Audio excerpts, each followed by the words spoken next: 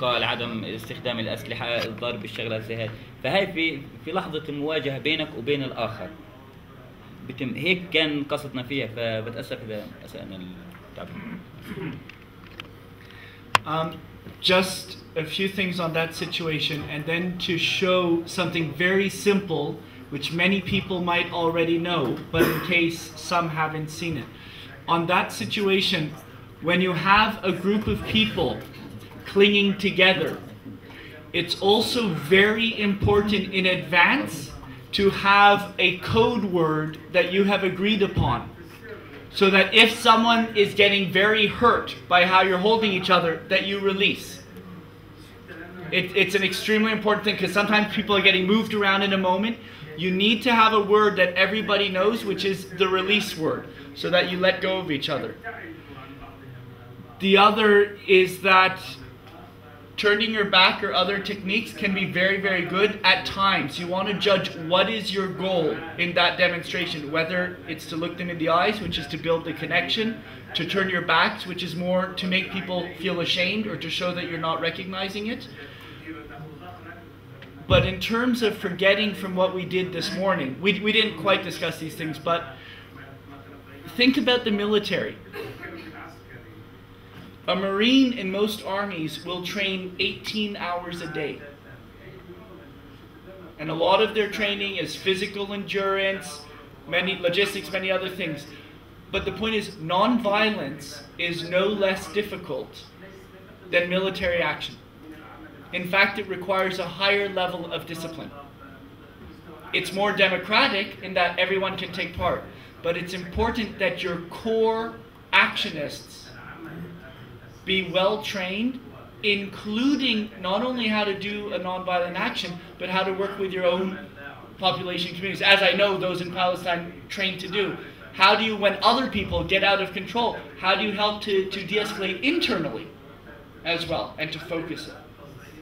So, if it's okay just to take a few minutes before we go to the break, I just wanted to show 3 different ways when soldiers or police are trying to arrest you, 3 different ways that you can physically respond, just so you see them. Do I have 2 people that can arrest me?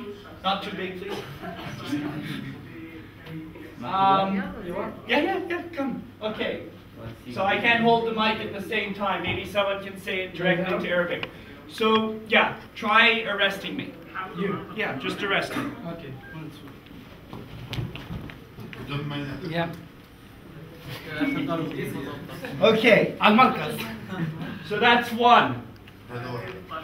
Going stiff. It's what many people do. It's a very bad technique. Once they get their hands on me, if I'm stiff, I'm easy to carry. What do you see in a lot of Palestinian videos, including the ones we've seen so far? Okay, try to arrest me. No! Stop it! Hey! Yes. Hey! Okay. So you have the fighting back. Okay,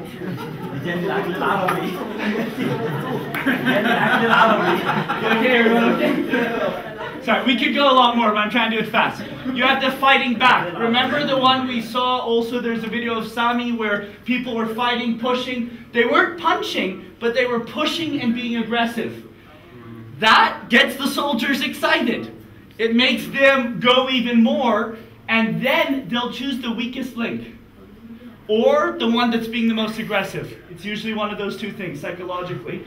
And a lot of the troops will come to punish that person for fighting back even more. Ooh, I feel excited. I haven't done this for a while. Now, this is a 3rd one. So try and arrest me again.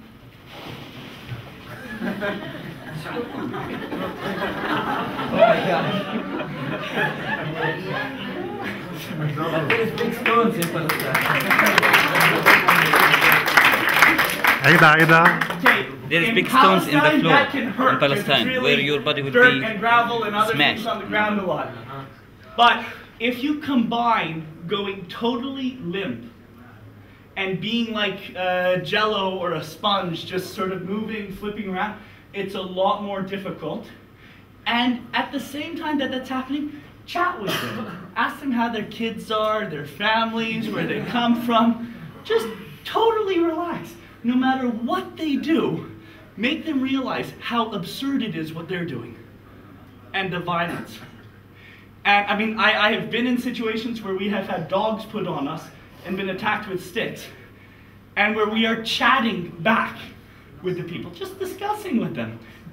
It's not easy, but it really has a powerful effect.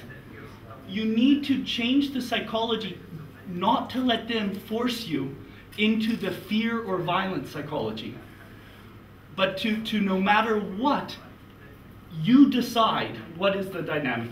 You don't need to go as far as chatting, that's in some cases, but to keep your method of struggle and your approach to it. So those are just 3 different ones. There's many, many more, but really training people in advance, going through it systematically, supporting each other. Now, can I ask, for those who were demonstrating here, did you feel your heart going slightly faster when you did it? Yep. It's really important to debrief people after, when you're training them. If you've been through many, you're used to it. But for those that are doing it the first time, it's very important to go through that, to understand what we're experiencing, and help to support people. Sorry, thank you.